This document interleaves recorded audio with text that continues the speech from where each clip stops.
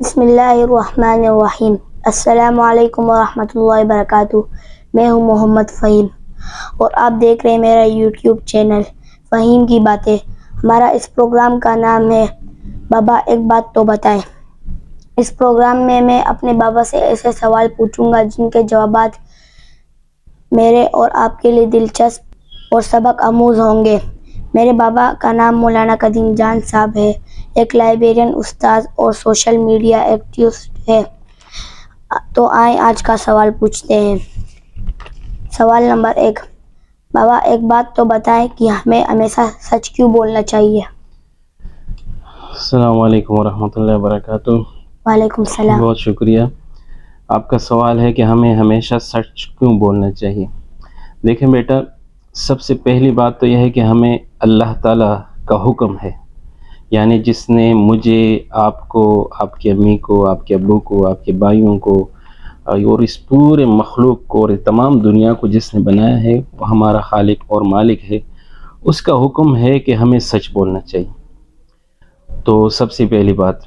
اور دوسری بات یہ ہے کہ نبی کریم صلی اللہ علیہ وسلم جو اللہ سبحانہ و تعالیٰ کے پیغمبروں میں سب سے آخری پیغمبر تھے اور ہمارے پیغمبر ہے، اور نبی اللہ کے محبوب پیغمبر تھے، ہمارے محبوب پیغمبر ہے، ان کا بھی حکم ہے اور ان کی بھی یہی چاہت ہے اور ان کا یہ حکم ہے کہ مسلمان کو ہمیشہ سچ بولنا چاہیے۔ سچ بولنے کے فوائد ہیں۔ یہ سچ آپ بولیں گے تو آپ کے دوست آپ پر اعتماد کرتے ہیں، آپ کے گھر والے آپ پر اعتماد کرتے ہیں، آپ کے محلے والے آپ پر اعتماد کرتے ہیں کہ محمد فہیم بہت اچھا بچہ ہے، وہ جھوٹ نہیں بولتا ہے، وہ سچ بولتا ہے۔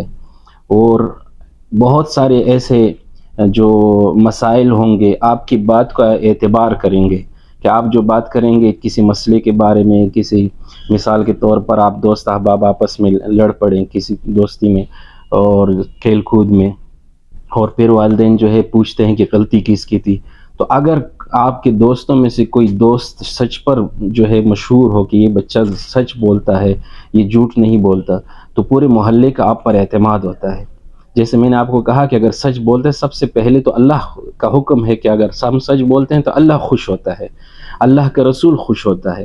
اور دوسرا جو ہمارا معاشرتی گھر میں ہے اور محلے میں جو ہے، تو اس اعتبار سے گھر والے، دوست احباب، رشتہ دار یہ ہم پر اعتماد کرتے ہیں، اور اسی طرح کاروباری معاملات میں، دوسری چیزوں میں لوگ آپ پر اعتماد کرتے ہیں۔ تو سچ بولنا چاہیے، ہمیشہ سچ بولنا چاہیے۔ صحیح۔ سوال نمبر آپ سے 2 اور ہے۔ اچھا بابا، دوسرا سوال بتائیں کہ جھوٹ بولنے کے کیا نقصانات ہیں؟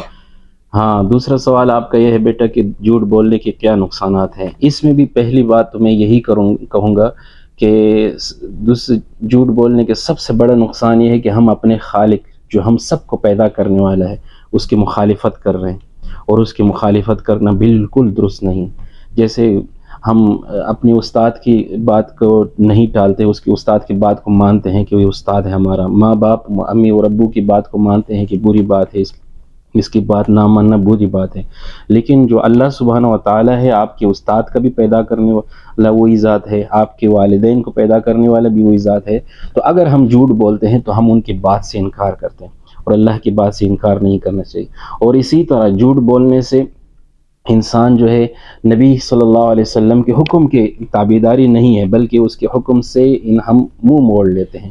ہمیں نبی نے فرمایا کہ سچ بولیں اور جھوٹ نہ بولیں، لیکن جب ہم جھوٹ بولتے ہیں تو اس کے حکم کی نافرمانی ہے۔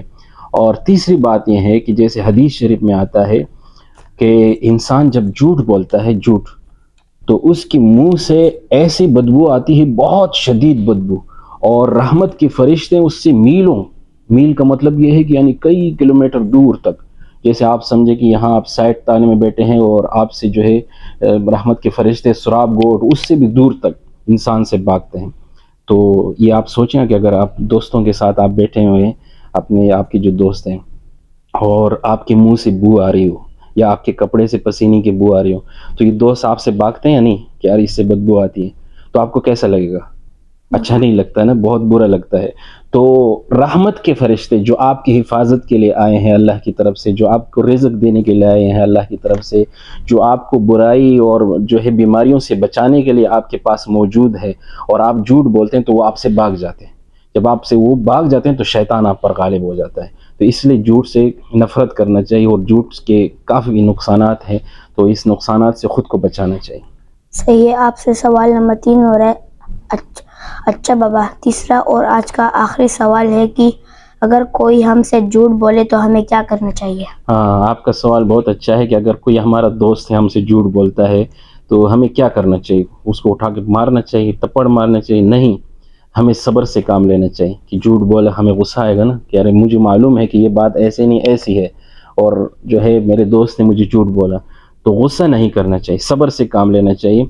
اور اس دوست کو بہت پیار سے اور اخلاق سے سمجھانا چاہیے کہ دیکھیں جھوٹ بولنا یہ اللہ کو بھی ناپسند ہے, اللہ کے رسول کو بھی ناپسند ہے, اور اللہ کے نیک بندے جو دنیا میں اس کو بھی ناپسند ہے, حتیٰ کہ دنیا میں اگر کافر بھی ہے نا, کافر اس کو بھی ناپسند ہے. اتنی بری چیز, یعنی ایک چیز ہوتی ہے نا کہ مسلمان کو پسند نہیں, کافر کو پسند ہے.